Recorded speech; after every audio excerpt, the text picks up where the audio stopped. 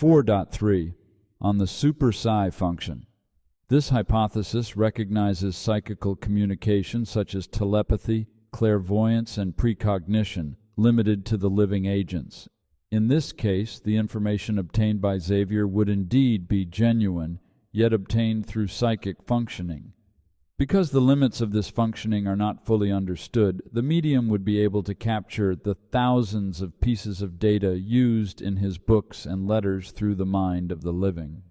Although super psi functions could explain some oddities of Xavier's production, it doesn't clarify much of the presented data.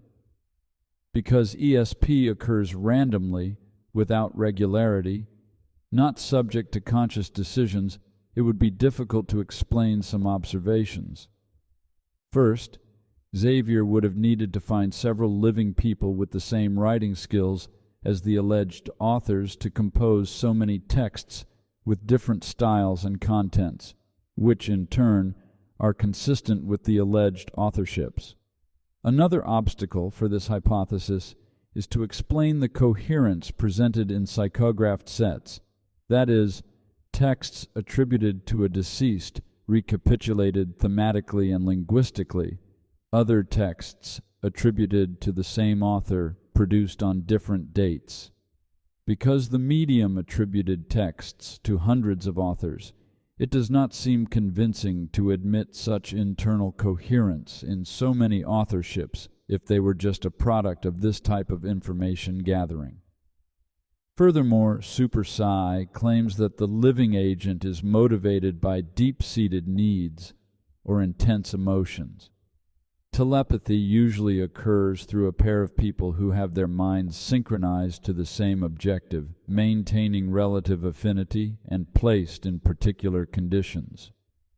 Therefore, the living agent would need to present a sufficiently strong motivation for the psychical exchange so that Xavier could manifest his super psi powers to such an extraordinary degree. Nonetheless, this was not the case in the production of the works from groups 1 and 2, where such psychological motivations were absent, and in some cases even generated stressful outcomes to Xavier and the deceased's family, as exemplified in the lawsuit case of 1944.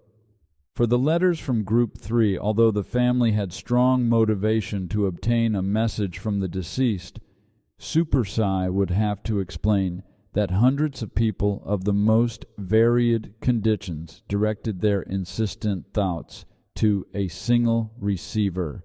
Capturing the messages in this context would be the first and most unique record of collective telepathy in the world. An additional challenge to the super psi is the fact that at times Xavier delivered information known only to the deceased. How could he, in such cases, obtain information from the living when the living did not know it?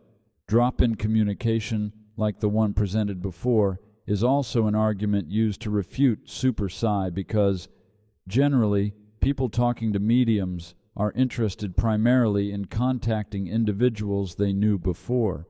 Why then would a medium waste time providing information about a total stranger, one whose story can be verified only with further investigation? These are questions still remaining to be solved by adepts of the super psi. Another obstacle is the manifestation of skills and abilities that the deceased presented, such as the cases of xenoglossy.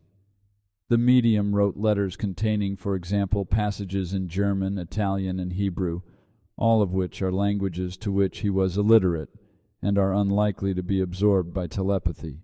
Hence, overall, we do not consider the explanation of Xavier's work based only on mind-to-mind communication among living agents.